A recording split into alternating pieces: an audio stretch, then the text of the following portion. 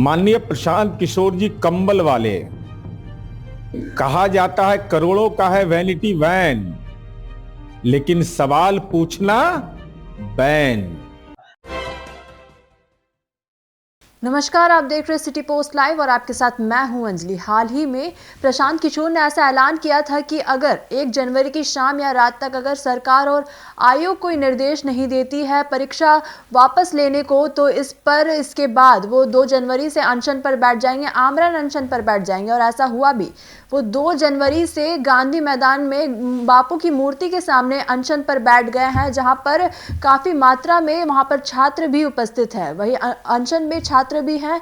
और आपको बता दें कि यहाँ सिर्फ चर्चा प्रशांत किशोर की ही नहीं हो रही है, उनकी वैनिटी वैन को लेकर हो रही है, जहाँ पर अलग अलग नेता, चाहे सत्ता पक्ष हो या विपक्ष हो, हर कोई यहाँ पर उनकी वैनिटी वैन को लेकर टिप्पणी दे रहा है, बयान दे रहा है। तो इसी के संदर्भ में अब जेडीयू के मुख्य प्रवक्ता और एमएलसी नीरज कुमार का बड़ा बयान सामने आता है, जहाँ पर वो प्रशांत किशोर पर तंज कसते हुए नजर आते हैं, कहते हुए नजर आते हैं कि यूँ तो प्रशांत किशोर को कंबल बांटने वाला कहा जाता है, लेकिन वो करोड़ों की वैनिटी वैन में घूमते हैं और बात करते हैं, आरोप लगाते हैं कि हम पद पैसों के तौर पर बेच देते हैं। तो आंगनबाड़ी सेविका का बेटा आखिर बीपीएससी टॉपर कैसे हो सकता है? आप इसका भी जवाब दीजिए। वही अपने बयान में वो तंज कसते हुए क्या कुछ कहते हुए नजर आए, पहले आप वो सुने।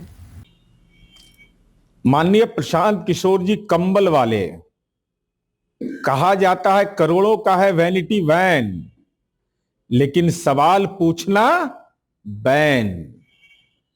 आरोप लगा दिया कि पद बिकता है।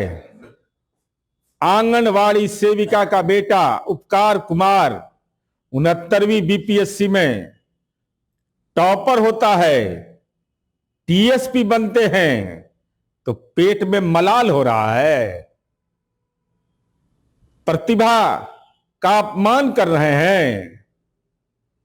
इसलिए सवाल लाजमी है, हिम्मत अगर है, जैसे वैनिटी वैन करोड़ों का इस्तेमाल करने के लिए कुतर्क दे रहे हैं, वैसे ही नाम बताइए, कौन है वो सौदागर जो पद खरीदने की बात और पद बेचने की बात करता है?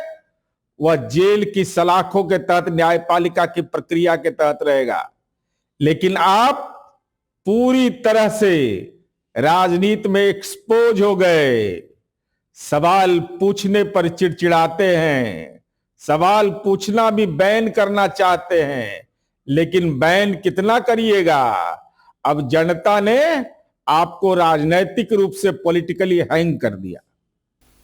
तो आप सुन रहे थे क्या कुछ कह रहे थे जेडीयू के प्रवक्ता नीरज कुमार। इसी के साथ साथ आपको बता दें कि वो प्रशांत किशोर से ऐसा सवाल पूछते हैं कि आखिर आपने इतना बता दिया है तो ये भी बताते जाइए कि आखिर पद खरीदने वाला और पद बेचने वाला आखिर है कौन इसमें?